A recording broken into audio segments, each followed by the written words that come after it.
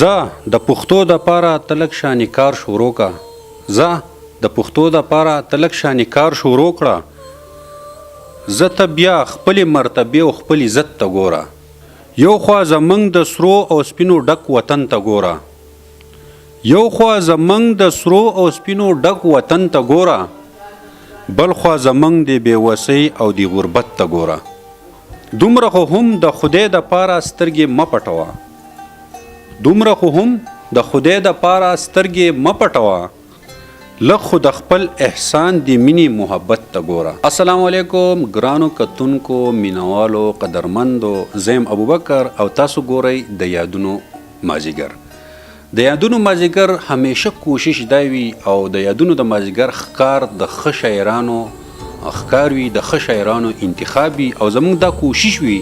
چې د ښه شاعرانو د سنجیده شاعرانو سره ستاسو ملاقات وکړو. زموږ سره ناست دی احسان یوسفزی صاحب چې د فتح پور سره تعلق ساتي. د هغونه به مختلف شان تپوسونه کوو هغه به خپل تعارف هم وکړي خو زه به دومره ووایم چې احسان یوسفزی صاحب په کم عمر کې په کم وخت کې په شعر و شاعرۍ په غزلو خپل یو نوم یو پهچان جوړ کړی دی او د پوره حده پورې د دو پهچان په شاعرۍ باندې دی. موږ د احسان یوسفزی صاحب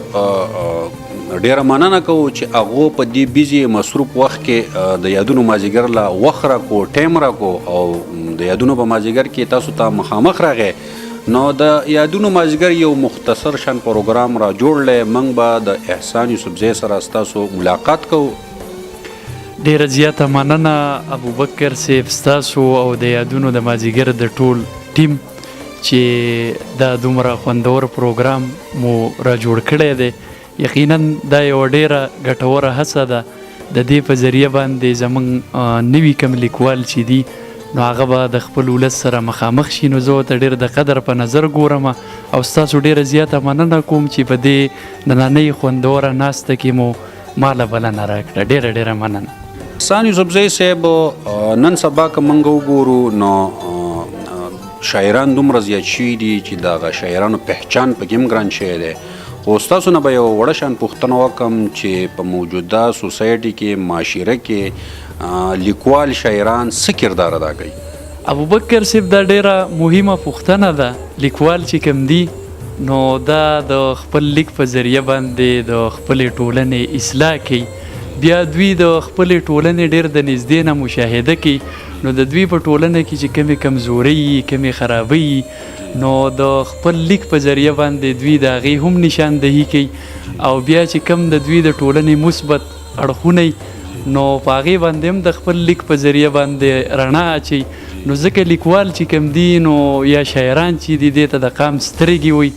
دوی خپل قام ته لار ښیي د هغوی لارښودنه کوي. که موږ وګورو په دنیا کې چې څومره هم انقلابونه راغلي دي څومره هم بدلونونه راغلي دي نو د هغې په شا باندې لیکواله طبقه چې کومه ده نو هغو خپل یو رول لوبولی دی خپل کردار یې ادا کړی دی نو دا د ټولنې په تعمیر او جوړښت کې هم ډېر مهم کردار لوبوي د خپل لیک په حواله او د خپل فن په حواله. احسان یوسفزی صاحب زما به دویمه پوښتنه دا وي چې په دې معاشره کې د شاعرانو هغه زیاتوالی میجارټي اکثریت دومره راغلی دی چې د شاعرانو هغه پهچان پکې هم ګران شوی دی نو که موږ وګورو په میډیا باندې سوشل میډیا باندې نو غیر سنجیده شاعران چې دي هغه مخې ته راغلي دي او سنجیده شاعران چې دي شاته پاتې شوي دي نو که په دې تاسو لږ رڼا واچوئ. ابوبکر صاحب دا هم ډیر بنیادی سوال دی او ستاسو خبره چې شاعران نن سبا دومره زیات شوي دي چې دغه سنجیده لیکوالو او د غیر سنجیده لیکوالو نشاندهي زموږ ولس چې کوم دی یا عوام چې کوم دی نو هغه په اسانه باندې نشي کولی نو دا یوه خبره ده. سوشل میډیا چې کوم دی نو دا نن سبا د ابلاغ تر ټولو لویه وسیله ده د دې په ذریعه یو طرف ته زموږ شعر و ادب چې کوم دی نو هغه ډیره زیاته وده بیا مونده پروموټ شو ولس ته هم ورسېد ډیر په اسانه باندې خو بل طرف ته د دې لارې غیر سنجیده شاعران چې کوم دي نو هغه هم ډیر رامخې ته شول خاص کر زلمي چې کوم دي نو هغه که نن فرض که دوه شعره ولیکي نو بس هغه د مخې سره په سوشل میډیا باندې خورئ او بیا د هغې اصلاح ونه شي. زمونږ په دور کې به هم داسې و چې کله به موږ کلام لیکو نو د هغې نه پس به بیا موږ استادانو شاعرانو ته خپل هغه کلام چې کوم دی نو هغه به موږ ورته کېښودو، هغو به پکې اصلاح وکړه. زما استاد چې کوم دی نو هغه د سوات ډېر لوی لیکوال ښاغلی حنیف قیس صاحب دی چې هغوی زما ادبي روزنه او تربیه کړې ده. نو ما چې به په ابتدا کې کله کلامونه لیکل نو د قیس صاحب سره به مې شریک کول، بیا به هغه په هغې کې اصلاح هم کوله. خو نن سبا ټرینډ بدل دی، نن سبا هر دویم دریم کس شاعر دی. عامې خبرې هم زمونږ په شاعرۍ کې چې کومې دي نو هغه رامخېته شوي دي، ډېر زیات سطحیت دی پکې. او د هغې وجه دا ده چې زموږ نوي لیکوال چې کوم دي نو هغه مطالعه نه کوي، هغوی د سینیر لیکوالو سره ناسته نه کوي، زده کړه ترې نه کوي. نو ځکه بیا د هغوی په هغه شاعرۍ کې هغه فن په نظر نه راځي او ډېر زیات سطحیت وي پکې. نو مونږ خو خپله د ساهو ادب قایله خلک یو، په کار ده چې دغه زلمي کوم دي هغه لوسته وکړي،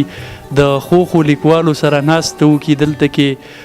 تنقیدي غونډې کیږي، په هغې کې شرکت وکړي. ډیره مننه احسان یوسفزی صاحب د پوښتنو د جواب د راکولو. د یادونو د مازیګر کتونکو به ډیر زیات انتظار کړی وي او زمونږ دا خواهش دی او په دې امید باندې موږ تاسو راغوښتي چې زمونږ د کتونکو ته یو ښه شان غزل چې دی نو د هغو سره د یادونو مازیګر په پاڼه باندې شریک کړئ. ډیره زیاته مننه ابوبکر صاحب. زه به د خپلو مینوالو سره خپل یو تازه کلام شریک کما. د غزل مطلع ده چې د مینې داوګیر یو شاعران یو، چې د مینې داوګیر یو شاعران یو، اخر ولې بیا د یو بل بدخواهان یو. او مطلع ثانی ده چې په ادب کې د تنقید حمایتیان یو،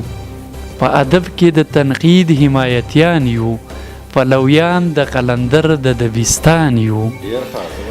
او شعر دی چې شیرینی به مو گفتار کې ولې نه وي، شیرینی به مو گفتار کې ولې نه وي، د حفیظ او د رحمان د بڼ توتیان یو. او مهرباني بل شعر دی چې رشته مو هم د مینې د ترمنځه،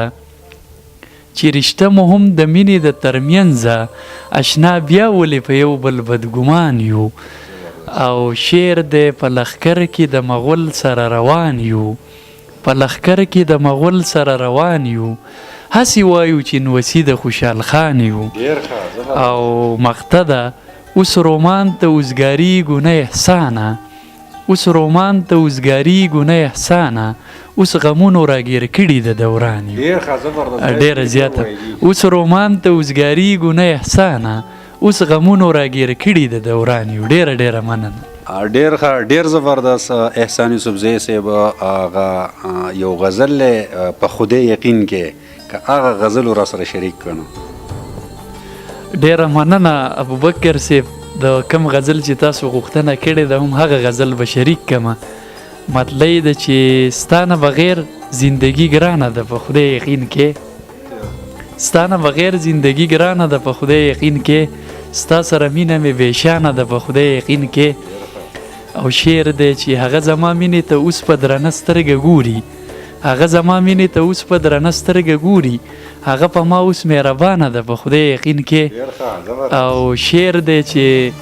نوره ښه سمه دمه د مسلماني خدا چې، نوره ښه سمه دمه د مسلماني خدا چې، خبره ورانه د مولانا ده په خدای یقین کې. او شعر دی چې ګوره چې بیا رانه خفه ده دا په څه خبره، ګوره چې بیا رانه خفه ده دا په څه خبره، وایي چې ستا سره مې ورانه ده په خدای یقین کې. ګوره چې بیا رانه خفه ده دا په څه خبره، وایي چې ستا سره مې ورانه ده په خدای یقین کې. او شعر دی چې مړه راځه چې په مینه محبت تیره کړو، مړه راځه چې په مینه محبت تیره کړو، زندگی هسې هم روانه ده په خدای یقین کې. مړه راځه چې په مینه محبت تیره کړو، زندگی هسې هم روانه ده په خدای یقین کې. او مقطع ده چې زما احسان شاعري نوره څه ده ته ووایه، زما احسان شاعري نوره څه ده ته ووایه خو ستا د حسن ترجمانه ده په خدای یقین کې